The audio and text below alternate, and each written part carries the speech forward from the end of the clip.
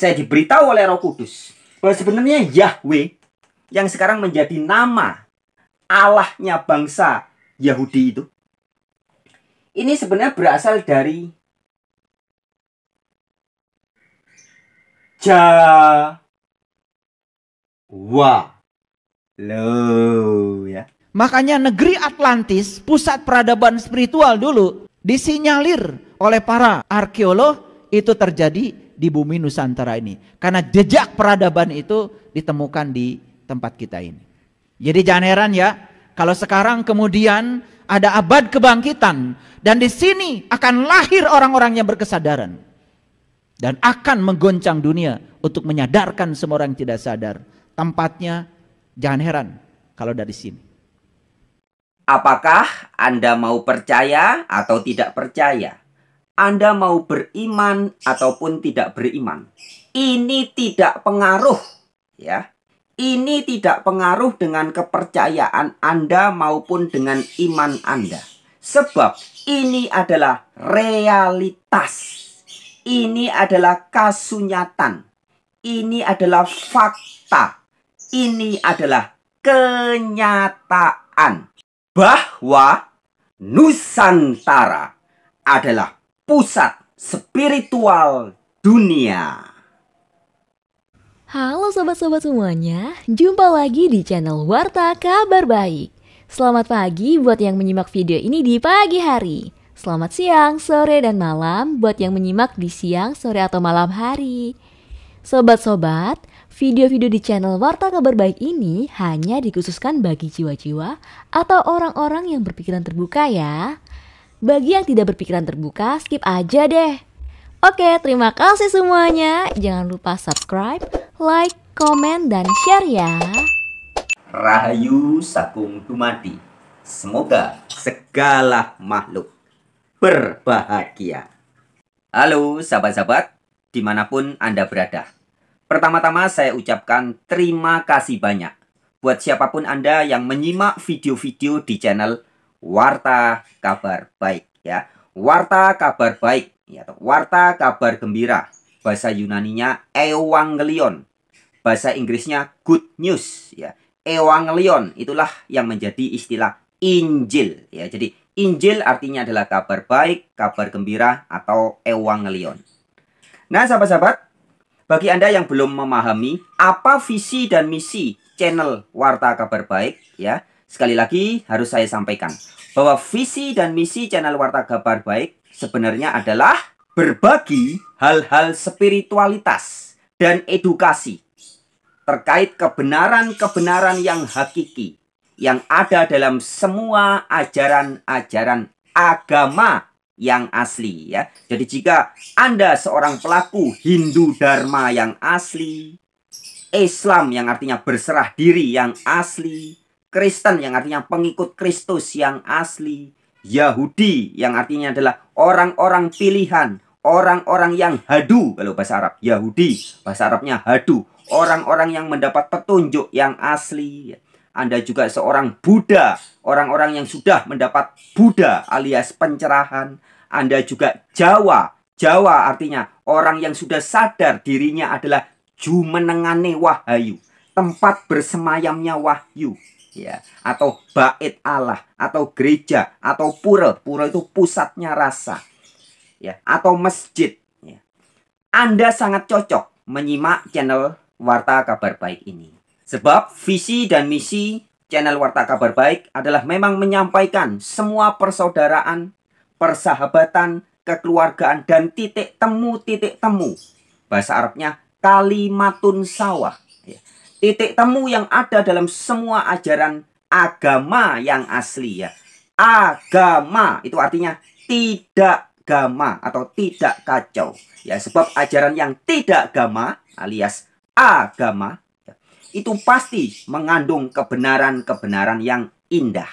Dan melalui channel YouTube Warta Kabar Baik ini, saya menyampaikan pewartaan-perwartaan itu. Oke sahabat-sahabat, pada video kali ini, saya juga mau terkhusus berterima kasih kepada penulis komentar atas nama Ferdaus. Ya, tulisannya Verdaws. Yang kemarin sudah menyimak beberapa video terdahulu dan juga di video yang kemarin, yaitu video yang ini, ya, memberikan komentar demikian. Mas Frans Donald, tolong buat konten tentang bangsa pilihan. Apa benar bangsa Israel saja yang menjadi bangsa pilihan Tuhan dan tidak ada kesempatan bagi bangsa lain sebagai bangsa pilihan? Terus, apakah benar Zionis Israel itu termasuk bangsa pilihan Tuhan? Sebab yang aku tahu, bangsa pilihan Tuhan adalah bangsa yang menebarkan nilai-nilai ketuhanan dan menebarkan damai, siapapun itu. Nah ya, sekali lagi terima kasih banyak untuk Anda Firdaus ya. Video ini bisa disebut sebagai tergugah atau terinspirasi setelah membaca komentar Anda. Ya, sehingga video ini bisa saya buat terdorong juga oleh salah satunya ya dari beberapa faktor, tapi salah satunya dari komentar Anda ini. Nah, sehingga video ini saya khususkan juga untuk Anda. Dan juga spesial untuk seluruh warga Nusantara. Sebagaimana sesuai dengan tema kita. Nusantara adalah pusat spiritual dunia. Oke sahabat-sahabat, sebelum nanti saya akan menjawab pertanyaan dari pemilik akun atas nama Firdaus ini. Ya, saya mengajak sahabat-sahabat untuk menyimak cuplikan video yang berisi edukasi yang sangat mantap ya, mantap jaya, bagus dan maknyus ya, disampaikan oleh Kiai Saiful Karim ya, beberapa waktu yang lalu ditampilkan dalam channel YouTube-nya. Ya, jadi kalau teman-teman mau menyimak videonya yang panjang, yang sepenuhnya itu sekitar 1 jam lebih, bagus banget, silahkan langsung aja simak di channelnya Saiful Karim ya. Tapi pada kesempatan ini saya akan cuplikan sebagian, di mana Saiful Karim menyatakan juga dengan tegas sesuai dengan tema yang akan saya sampaikan ya. Nusantara adalah pusat spiritual dunia. Loh, terus apa kaitannya dengan pertanyaan dari pemilik akun Firdaus itu? Tentang Israel, tentang Yahudi. Ya, simak terus ya video ini. Nanti Anda akan mendapatkan hikmah-hikmah dan pemahaman-pemahaman yang mantap. Oke, kita simak dulu cuplikan video Saiful Karim. Demikian. Nah, saya menggunakan pepatah leluhur kami di tanah Parahiang ini. Karena Parahiang itu nggak sembarang. Pa itu ternyata tempat dalam bahasa Sanskerta. Ra itu artinya cahaya. Hiang ini ya leluhur. Jadi Parahiang tempat para leluhur yang sudah bercahaya. Maka disebut Parahiang, Parahiangan. Jangan sembarang loh, karena kata ra dalam Parahiang itu ra-nya itu dipakai di banyak tempat. Bahkan untuk menyebut nama-nama penting, negara, tentara, rahayat, pakai ra juga tuh. Nusantara. Bahkan di Jepang ada kuil namanya kuil Nara. Di Mesir itu ada namanya piramid, namanya Amon-Ra. Konon kabarnya menurut sejarah, Ra-nya katanya dari sini.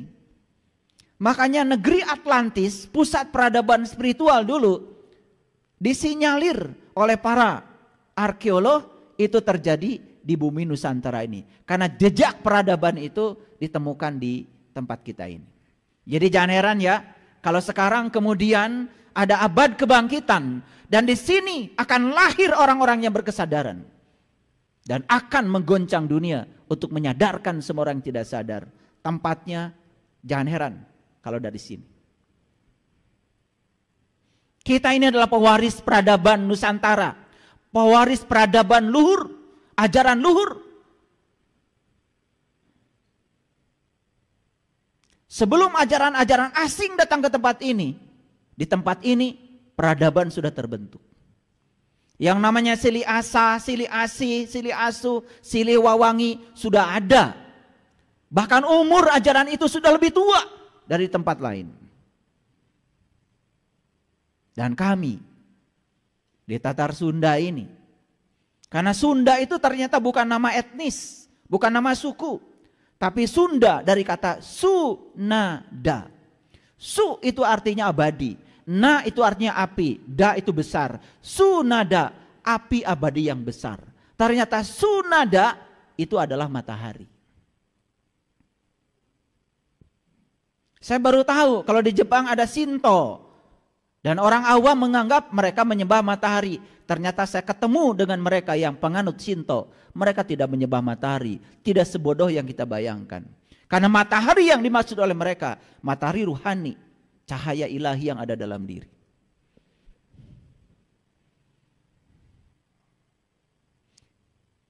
Itu sebabnya di Quran Allah menyatakan Rabbul Masyriqain wa Rabbul Maghribain. Ada dua matahari yang harus kau kenal. Satu matahari jasmani. Itu untuk proses terjadinya peristiwa fotosintesa. Karena kalau tidak ada matahari jasmani, tidak ada namanya biji jagung. Tidak ada namanya biji padi. Tidak ada itu. Dan kalau tidak ada matahari, tidak ada kehidupan, tidak ada kita, tidak ada sel sperma, tidak ada sel telur. Dari mana itu asalnya? Dari makanan. Kalau tidak ada matahari, satu biji nasi pun tidak ada. Kalau tidak ada matahari, daging pun tidak ada. Karena daging berasal dari rumput. Rumput berasal dari proses fotosintesa. Tidak ada matahari. Luar biasa. Pernahkah kita berterima kasih pada matahari? Ketika pagi-pagi, ketika melihat sinar matahari, tatap dia, ucapkan terima kasih. Anda luar biasa. Tasbihmu luar biasa. Gara-gara kehadiranmu, aku bisa hidup. Dan aku bisa lahir jadi manusia gara-gara kamu. Karena kita sudah lama kehilangan kesadaran, lalu kita semua hidup dalam keadaan tidak sadar. Jadi Sunada itu, yang kemudian jadi Sunda, itu nama ajaran di masa lalu. Nama ajarannya adalah Sunadayana. Yana itu jalan. Sunadayana adalah jalan mencapai matahari. Tapi matahari yang dimaksud bukan matahari yang di luar. Semua sudah tahu dari kecil. Bahkan Nabi Ibrahim pun sebetulnya dalam pencarian spiritualnya ketemu bintang, ketemu bulan, ketemu matahari. Pasti bukan matahari yang itu. Jangan-jangan Nabi Ibrahim juga sudah menganut ajaran Sunadayana. Sunadayana, Sunadayana, Sunadayana. Saking cepat menyebut jadi Sundai. Tuh. Sundai karena takut ketahuan. Disebutnya jadi Sunday. Sunday jadi Ahad. Ahad itu satu. Hebat ya? Hebat apa tidak? Luar biasa. Makanya di Mekah ada yang namanya Jabal Ahad. Jabal Uhud. Uhud itu satu. Jabal Uhud adalah gunung tempat menyatu. Menyatu siapa dengan siapa? Menyatu kita sebagai kaula dengan Gustinya. Supaya kita bisa merasakan kehadiran dia setiap ruang dan waktu. Itu namanya Ahad. Ahad disebut Sunday. Pada aslinya Sundayana. Sundai aslinya. Luar biasa. Oke, sahabat-sahabat ya, sebelum nanti sebentar lagi saya akan mengomentari dan menanggapi dan mengapresiasi komentar dari pemilik akun yang sudah memberikan komentar atas nama Firdaus tadi ya. Izinkan dengan segala hormat saya sedikit memberikan apresiasi juga atas cuplikan video yang disampaikan oleh Kiai Saiful Karim ya. Sebuah edukasi yang sangat bagus ya. Jadi beberapa poin yang bisa kita dapat dari cuplikan video Kiai Saiful Karim tersebut ya. Ada hal-hal yang mungkin bagi sebagian orang mengaget-ngagetkan ya. Yang pertama, Saiful Karim memberitahu kita semua bahwa ternyata Dewa Ra ya, dewa matahari yang di Mesir disebut Amon-Ra ya.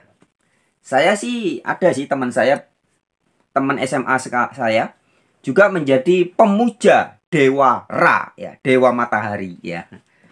Namanya Pak Yoyo ya. Ya. Nah, Amon-Ra atau Dewa Ra ya, dewa cahaya ya. dewa matahari yang dipercaya oleh sebagian bangsa-bangsa lain itu ternyata juga berasal dari Ra yang ada di Nusantara. Nah ya, keren. Kemudian poin kedua yang kita dapat informasi dari cuplikan video Saiful Karim itu juga adalah Nusantara adalah pusat spiritual dunia. Itu yang kedua. Kemudian yang ketiga, mungkin teman-teman bisa mendapat informasi lebih ya, mencatat lebih ya. Tapi saya setidaknya ini yang saya tangkap ya. Yang ketiga, di Nusantara ini ya, akan bangkit. Lebih tepatnya sudah, sedang, dan terus akan terjadi. Ya, jadi sudah, telah, sedang, dan akan terus bangkit ya. Atau lahir terus. Orang-orang yang berkesadaran spiritual yang sejati. Dan akan mengguncang dunia ya. Untuk menyadarkan banyak orang yang belum berkesadaran. Nah, itu poin yang ketiga. Poin yang keempat. Kita, loh, gue, ya kita semua dan juga anak cucu kita. Sesungguhnya adalah pewaris-pewaris ajaran Nusantara. Ingat. Ra. Ya, Ra-nya harus tegas nih. Ra. Dewa Ra. Amon Ra. Hayat ya. Jadinya rakyat itu dari Ra. Ya.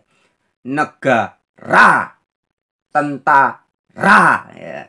Ra-nya harus tegas. Oke, kemudian yang kelima. Umur ajaran spiritual Nusantara sudah ada lebih tua ya, dari bangsa-bangsa lain. Atau umur ajaran spiritual Nusantara ini sudah lebih tua ada dari ajaran spiritual yang ada di bangsa-bangsa lain. Jadi lebih tua pastinya dari ajaran spiritual agama yang berkembang di Arab. Ya.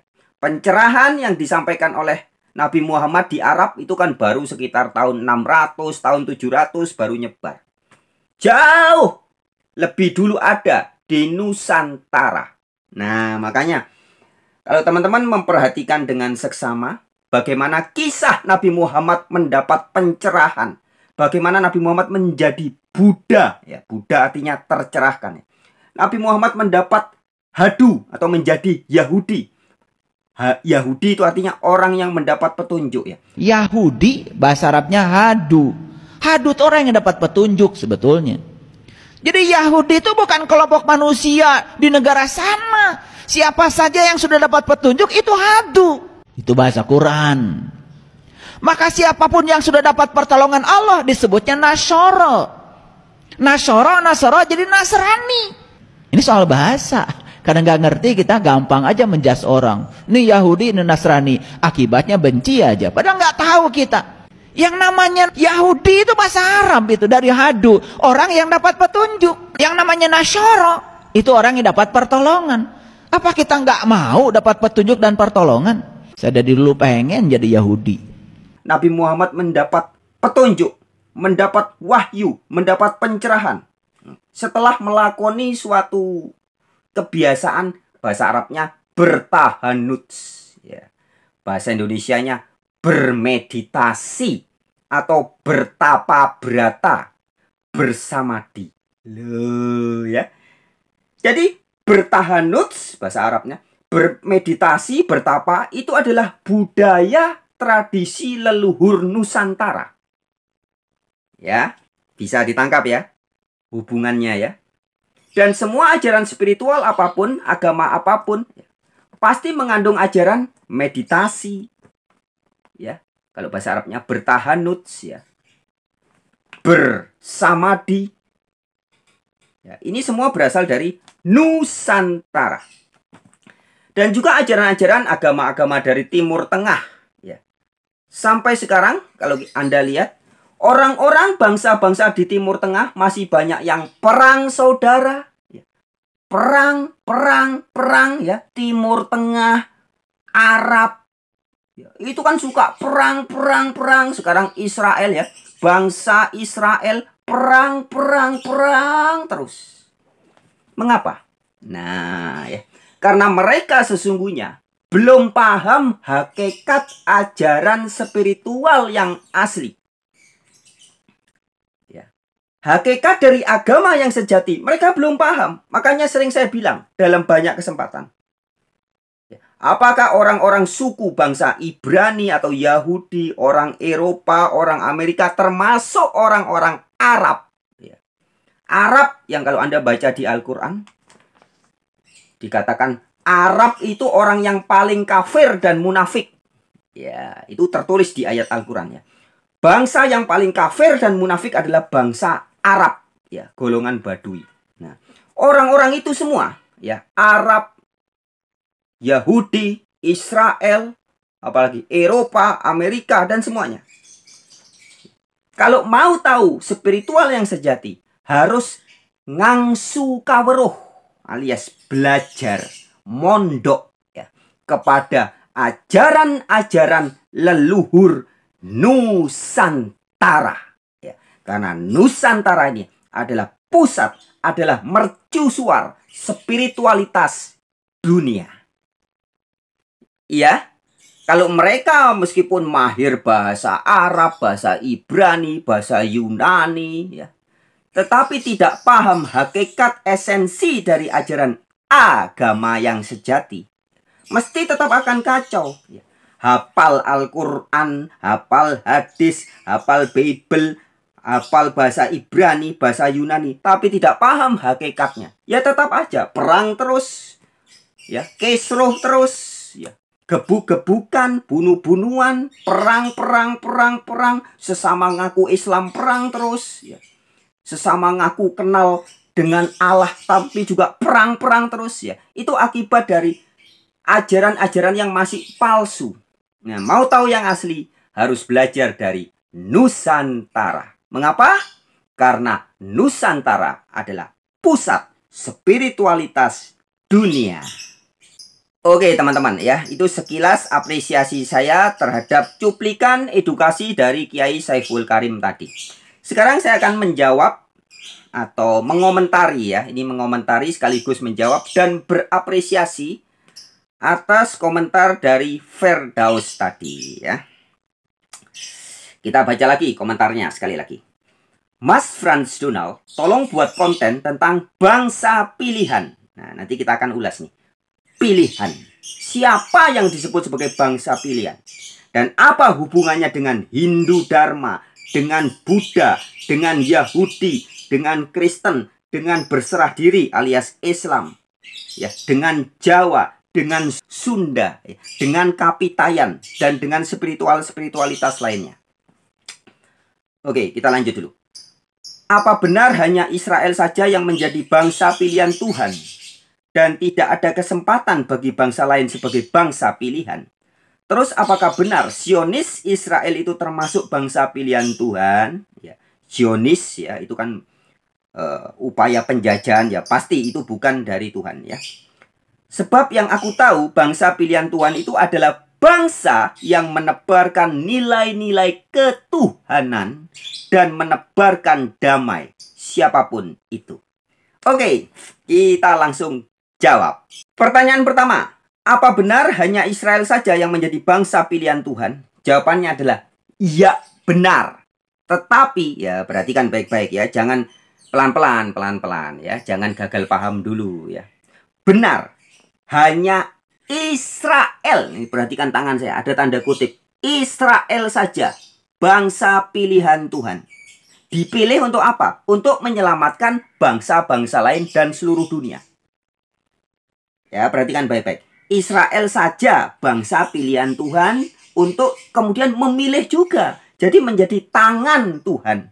Israel ini menjadi tangan Tuhan, menjadi mata Tuhan, menjadi biji mata Tuhan, menjadi alat bagi Tuhan untuk menyelamatkan seluruh dunia. Hanya Israel saja. Tetapi, nah, perhatikan baik-baik. Pahami dulu makna Israel ya. Israel di sini bukan dalam arti bangsa yang sekarang sedang perang di Hamas Palestina, bukan itu. Ya, perhatikan baik-baik. Oke, kita ulas dulu ya. Makna Israel ya, supaya nggak gagal paham. Jadi jangan kalau Anda ngomong Israel pikirannya sudah ke situ tuh. Yang hidungnya mancung-mancung, ceweknya cantik-cantik, tentaranya hebat ya, yang sering perang itu sekarang. Bukan itu ya. Perhatikan baik-baik. Makna Israel. Oke. Kalau dalam Anda membuka Alkitab, yaitu dalam kitab Kejadian pasal 32. Pasal 32 ayat 28. Dalam kitab Kejadian 32 ayat 28 ini adalah asal mula nama Israel. Disebutkan kepada Yakub. Ya, jadi sebenarnya ini Yakub ini salah satu simbol dari Israel. Nah, apa arti Israel? Kita baca dulu ya. Kejadian 32 ayat 28. Lalu kata orang itu, namamu tidak akan disebut lagi Yakub, tetapi Yisrael. Ya. Sebab engkau telah bergumul melawan ya, melawan Allah dan manusia, dan engkau menang. Ya. Jadi Yakub, kenapa dia diberi nama atau dijuluki sebagai Yisrael? Ya, karena Yakub pada saat itu sudah bergumul dengan ya, dengan malaikat. Ya, sebenarnya dia bergumul bukan dengan Allah yang maha kuasa dalam wujudnya, bukan ya, tetapi dia bergumul dengan utusan dari Allah yang maha kuasa. Ya, utusan Allah dalam bahasa Alkitab itu juga disebut sebagai Elohim atau ya, atau Allah. Nah, ini dijelaskan kalau Anda membaca di dalam Hosea pasal 12 ayat 5. Dikatakan bahwa Yakub bergumul dengan malaikat dan dia menang. Malaikatnya kalah. Nah, jadi malaikat dalam bahasa Alkitab juga disebut sebagai Allah atau Nah, malaikat ini hadir sebagai wakil dari Allah yang maha kuasa. Ya, jadi kita baca sekali lagi Kejadian 32 ayat 28. Lalu kata orang itu, namamu tidak akan disebut lagi Yakub, ya, tetapi Yisrael. Sebab engkau telah bergumul melawan Allah dan manusia, ya, melawan utusan Allah, melawan malaikat dan manusia, dan engkau menang. Ya. Singkatnya begini teman-teman. Bergumul, ya, ini adalah sebuah kejadian yang intim. Ya, ini bahasa spiritual ya. Sebuah hubungan yang sangat intim. Terjadi peperangan batin, peperangan rohani, dan kemanunggalan. Ya, bergumul ini adalah simbol kemanunggalan. Antara pikiran, mental, spiritual, batin, bergumul. Dan Yakub menang. Yakub sudah menjadi manunggal, sudah melakukan hubungan yang sangat dekat, intim dengan Sang Pencipta. Ya, sehingga dikatakan di sini Yakub menang melawan Allah dan manusia. Nah, jadi Yakub sudah ketemu dengan hakikat Allah yang sejati. Kalau dengan bahasa lain saya katakan, dalam hal ini Yakub sudah, bahasa Arabnya Islam, sudah berserah diri. Ya. Sudah hadu, bahasa Arabnya. Hadu itu artinya Yahudi. Ya. Yakub sudah Yahudi. Ya. Sudah mendapat petunjuk. Ya. Hadu itu artinya mendapat petunjuk. Ya. Orang-orang yang mendapat pencerahan. Ya. Sudah Buddha. Ya. Yakub bergumul dengan Allah dan manusia dan dia menang. Yakub sudah menjadi Buddha, sudah menjadi tercerahkan. Bisa dipahami ya? Nah, jadi dalam hal ini, kalau tadi di cuplikan videonya Saiful Karim mengatakan ajaran Sunda itu sebenarnya dari Sundayana. Artinya adalah ajaran tentang orang-orang yang mencapai Tuhan. Orang-orang yang sudah mengenal Allah. Nah, inilah seperti pengalaman Yakub. Maka dia disebut sebagai Yisrael. Sudah mengalami Allah, mengalami, merasakan sendiri. Dia sudah Buddha, sudah menjalani Dharma, sudah Hindu, sudah Hadu, sudah Yahudi, ya, sudah Sundayana. Nah, jadi memahami makna Israel harus dipahami secara rohani. Nah, kalau Anda tanya, lu dalilnya mana? Oke, saya perkuat pernyataan saya ini dengan dalil Alkitab. Ya, teman-teman bisa buka di dalam surat Roma, ya, pasal 2 ayat 29, yang menegaskan bahwa Israel yang sejati atau Yahudi yang sejati, yang juga disebut sebagai bangsa pilihan Allah, bangsa pilihan Tuhan, itu sama sekali bukan bermakna sebagai Israel secara fisik itu yang sekarang perang-perang, bukan, ya. Oke, Roma pasal 2, ya, ini surat Paulus, ya. Paulus itu latar belakangnya adalah ahli Taurat. Paulus adalah seorang Yahudi sejati yang sangat paham Yahudi, ya. Dan Paulus yang adalah seorang paham Yahudi, muridnya Gamaliel, rabi Yahudi yang sangat terkenal, ya, menulis surat kepada jemaat di Roma. Begini katanya. Roma 2 ayat 28 sampai 29. Perhatikan baik-baik teman-teman, ya. Sebab yang disebut Yahudi, yang apa? Yang disebut Yahudi bukanlah orang yang lahiriah Yahudi. Jelas? Paulus seorang Yahudi ini, berdarah Yahudi, muridnya imam guru besar rabi Yahudi, ya, muridnya Gamaliel. Dia sendiri menegaskan bahwa yang dimaksud Yahudi yang sejati itu bukanlah orang yang lahiriah Yahudi. Dan yang disebut sunat bukanlah sunat yang dilangsungkan secara lahiriah.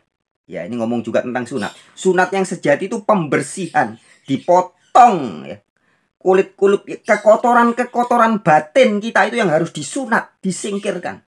Nah, maksudnya begitu, ya. Dibersihkan supaya tidak kadarun, tidak butek, tidak kotor. Tutupnya dibersihkan supaya tidak tertutup, supaya tidak cover. Tertutup itu bahasa Arabnya kufur, bahasa Inggrisnya cover, kafir, ya. Jadi sunat yang benar itulah pembersihan dari tutup-tutup itu, dari kekafiran-kekafiran. Begitupun dengan Yahudi, ya. Selanjutnya, sebab yang disebut Yahudi bukanlah orang yang lahiriah Yahudi, dan yang disebut sunat bukanlah sunat yang dilangsungkan secara lahiriah. Tetapi orang Yahudi sejati ialah dia yang tidak nampak keyahudiannya. Loh, Yahudi yang sejati itu tidak kelihatan. Oh, dia pakai baju Yahudi, kemudian hidungnya panjang, hidungnya mancung seperti orang-orang Yahudi, fisiknya keren-keren, ganteng-ganteng, cantik-cantik. Bukan itu, ya, bukan itu, ya. Sekali lagi, ya. Tetapi orang Yahudi sejati ialah dia yang tidak nampak keyahudiannya. Dan sunat ialah sunat di dalam hati secara rohani, ya. Jadi dibersihkan, kulupnya dibersihkan dari kotoran-kotoran, dari kadrun-kadrun, ya. Hatinya dibersihkan, dibukakan dari cover-cover, dari kafir-kafir, ya. Bukan secara hurufiah, ya. Maka pujian baginya datang bukan dari manusia, melainkan dari Allah. Ya, jelas, ya. Roma 2 ayat 29 itu memberitahu kita. Roma pasal 2 ayat 28 sampai 29. Yahudi yang sejati adalah seorang yang rohani. Nah, inilah orang-orang yang sudah melakoni jalan hidup Sundayana. Sundayana. Orang yang menjalani hidup mencapai terang, mencapai cahaya, mencapai matahari, ya, mencapai Tuhan yang sejati. Inilah Israel sejati. Inilah Yahudi yang sejati. Ya, dalam video terdahulu juga sering saya sampaikan. Inilah juga orang-orang yang sudah melakoni dharma, sehingga bisa disebut sebagai pelaku Hindu dharma. Hindu itu artinya kehidupan. Dharma itu panggilan jiwa. Ya. Jadi kalau Anda bakatnya dari kecil suka masak, kemudian setelah besar jadi chef, yaitu Anda melakoni dharma, ya, melakoni ajaran panggilan jiwa. Kalau bahasa Arabnya sunatullah. Saya sering kasih ilustrasi, ini hanya sekedar ilustrasi ya teman-teman ya. Jangan dijadikan hal yang terlalu serius ya, tapi ini ilustrasi. Contoh Afgan. Afgan tuh dari kecil dia suka menyanyi dan punya jiwa artis ya, jiwa seni ya.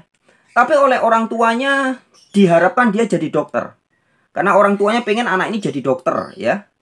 Akhirnya sekolah kedokteran, habis waktu banyak, habis uang banyak. Tapi ujung-ujungnya jadi penyanyi juga. Karena memang suaranya enak ya. Dia cinta seni ya. Untung dia akhirnya kembali ke jalurnya ya.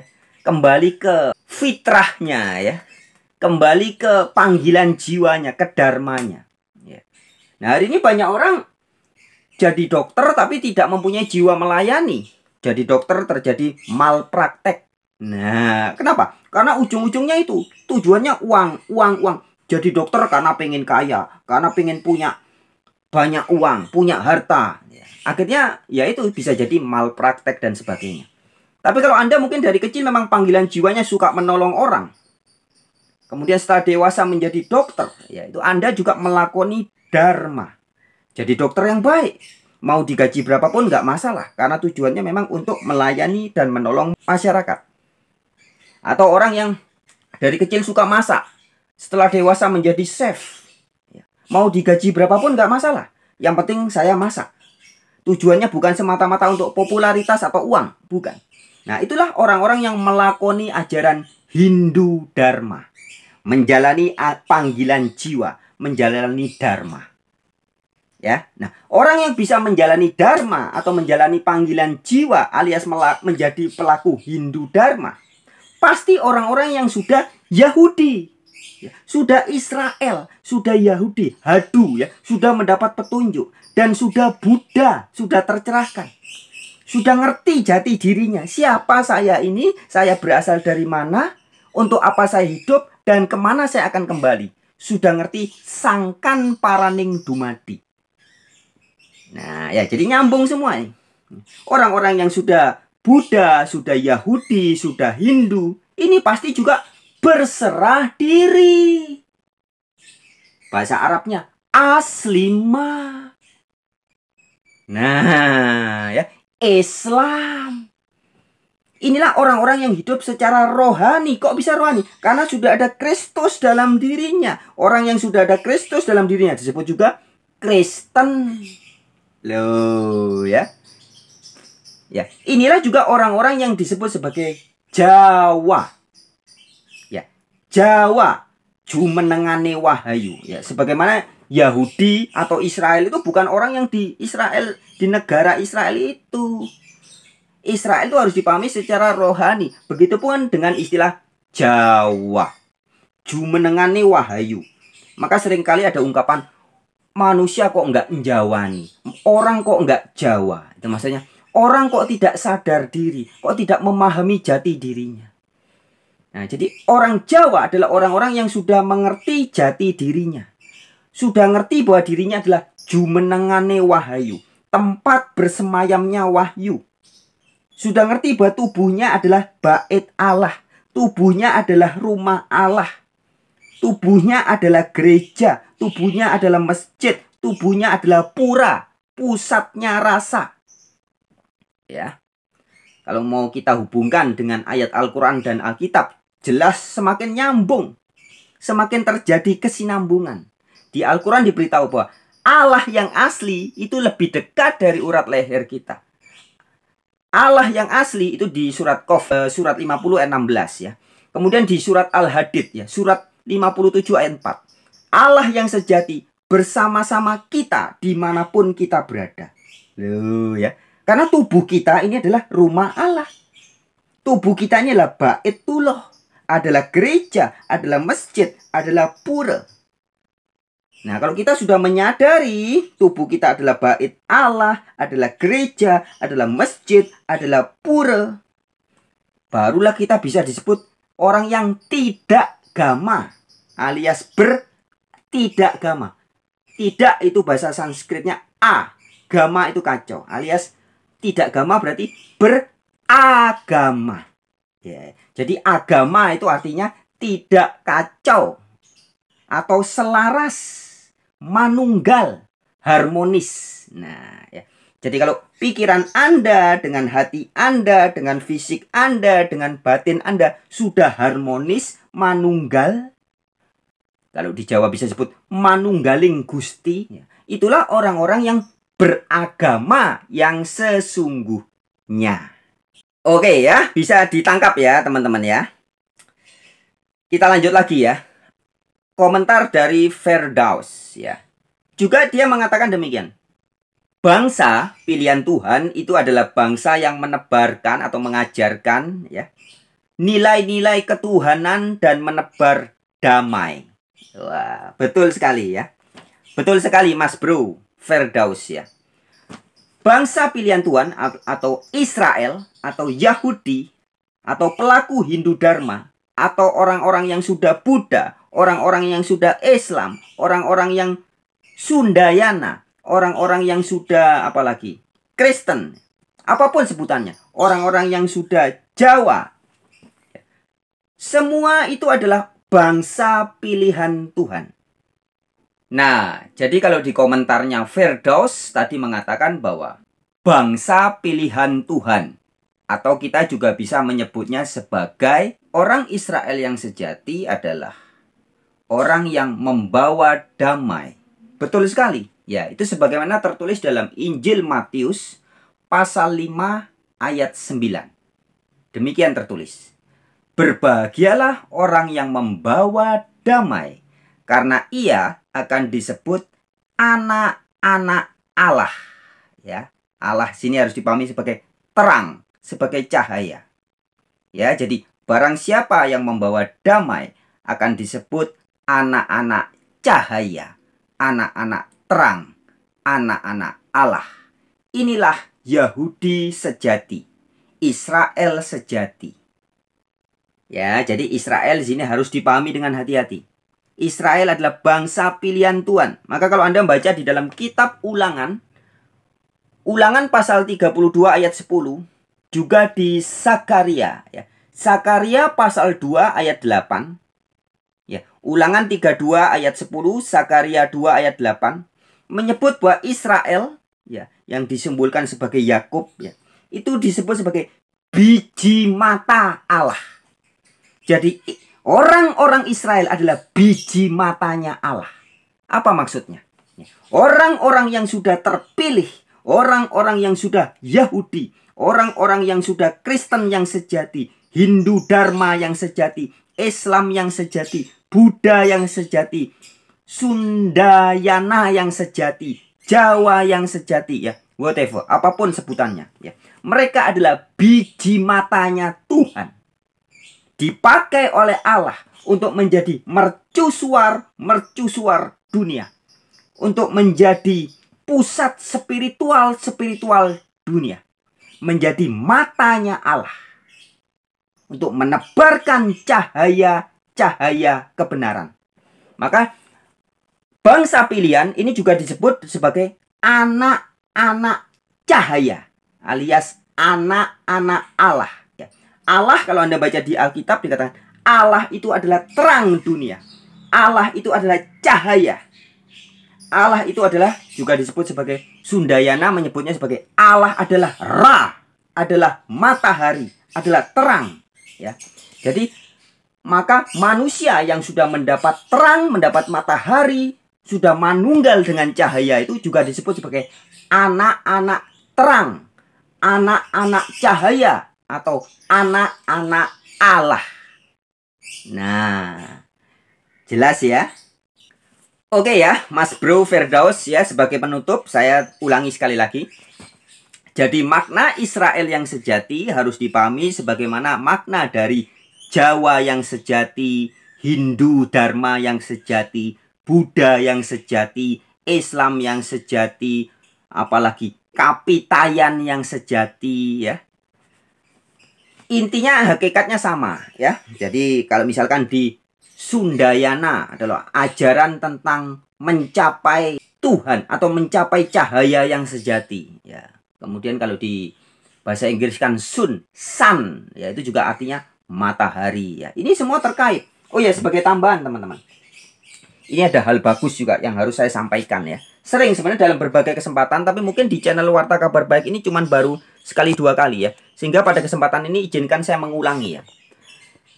Mengulang kembali ya, gini. Tentang Sang Pencipta. Kalau di dalam Yahudi, Yudaisme itu dikenal sebagai Hashem, sang nama. Yang dia juga ditulis dengan huruf mati YHWH. YHWH.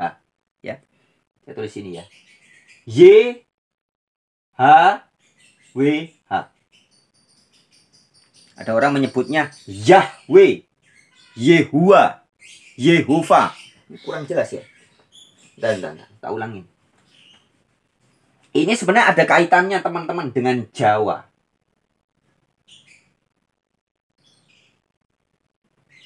Ya. Ini kan nggak bisa dibaca ini.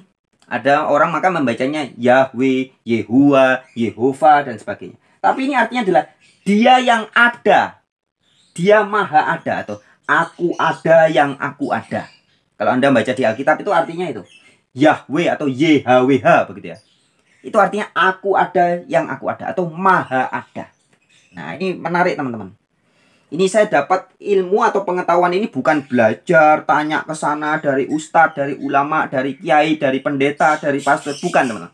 Saya mendapat ini dari hasil bertahanut alias bermeditasi. Ya, saya diberitahu oleh Roh Kudus bahwa sebenarnya Yahweh yang sekarang menjadi nama Allahnya bangsa Yahudi itu, ini sebenarnya berasal dari Jawa. Loh ya. Sekali lagi ya, yang memberitahu saya adalah Nur Muhammad atau Roh Kudus ya, ketika saya bertahanut atau bersamadi, bertapa, bermeditasi. Penjelasannya bagaimana? Jadi gini. Kalau di dalam bahasa budaya tradisi Jawa ya, huruf H ini sama dengan A.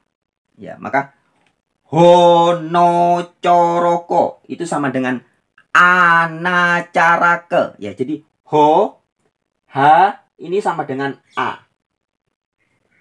Ya. Hono, Ana. Ya, ini kan ngerti ya teman-teman ya. Hana.